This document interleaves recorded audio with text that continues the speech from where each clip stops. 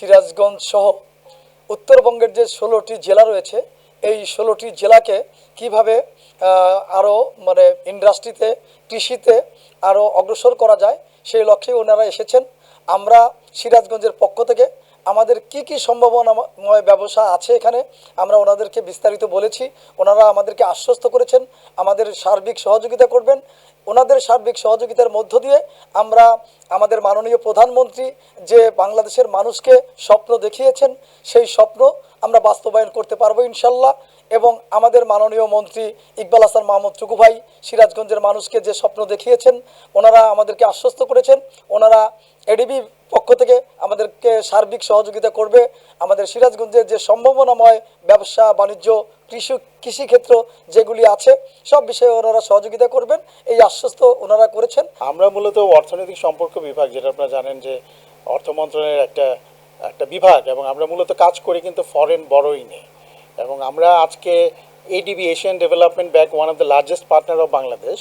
তো আমরা এডিবি এবং অর্থনৈতিক সম্পর্ক বিভাগ আমরা যৌথভাবে এই যে north West Dhaka south east এই যে আপনার এই যে নেটওয়ার্কটা, এই নেটওয়ার্কটাকে আরও কীভাবে এফেক্টিভ করা যায়, আরও বেশি করে কর্মসংস্থান সৃষ্টির জন্য, পভার্টি রিডাকশনের জন্য, ইন্ডাস্ট্রিয়াল অ্যাক্টিভিটিস বাড়ানোর জন্য, কানেক্টিভিটি বাড়ানোর জন্য ইন্টিগ্রেটেড সমন্বিতভাবে কীভাবে উদ্যোগ গ্রহণ করা যায় প্রাইভেট সেক্টর এবং পাবলিক সেক্টরের সমন্বয়ে, সেটার একটা স্টাডি গত 1 বছর ধরে হচ্ছে।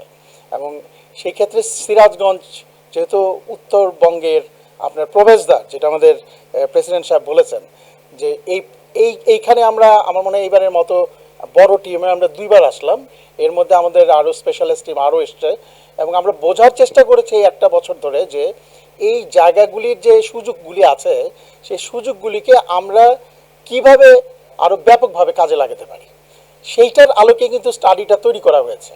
বাট এই স্টাডিটা যে এক্সস্টিভ তা বলা যাবে না। যেমন আমাদের আজকের আলোচনা আপনাদের কাছ থেকে আরও অনেক নতুন নতুন সম্ভাবনার কথা আমরা শুনেছি, যেগুলোর অনেকগুলো আমাদের স্টাডিতে এসছে। যেমন এই বিসিকের সম্ভাবনা, তারপরে এসএমইর যে সুযোগ, শীতল পাটির যে সুযোগ, চলন বিলের যে সম্ভাবনা, এবং এখানে যে রেলওয়ে সেক্টরের উন্নয়নের মাধ্যমে যে এখানে ব্যবসা বাণিজ্যে আরও বড় ধরনের প্রাণচঞ্চল্য সৃষ্টি করার সুযোগ রয়েছে, এখানে ডাবল লাইন করার যে প্রয়োজনীয়তা, এরকম অনেক বিষয় কিন্তু আমাদের আজকের আলোচনায় উঠে এসছে। এবং আমাদের এই স্টাডিতে এগুলি ফোকাসড হয়েছে, এবং যেগুলো বাদ পড়েছে সেগুলো নিশ্চয়ই এই রিপোর্টে ফোকাস হবে। এবং আগামী দিনে আপনাদের সকলের সহযোগিতা নিয়ে আমরা এই উত্তরবঙ্গের জন্য, যেখানে সিরাজগঞ্জ থাকবে, যেখানে বগুড়া থাকবে, রংপুর থাকবে, এবং উত্তরবঙ্গের অন্যান্য জেলা, এই ইন্টিগ্রেটেড যে নেটওয়ার্কটা আছে এটার উভয়ের যে 50 কিলোমিটার করে 2 পাশে এই পুরো ইকোসিস্টেমটা ডেভেলপ করার ব্যাপারে আমরা একসাথে কাজ করব। সেখানে আমরা চেম্বারের সহযোগিতা পেয়েছি এবং আগামী দিনে আপনার সহযোগিতা নিয়ে এগিয়ে যেতে চাই।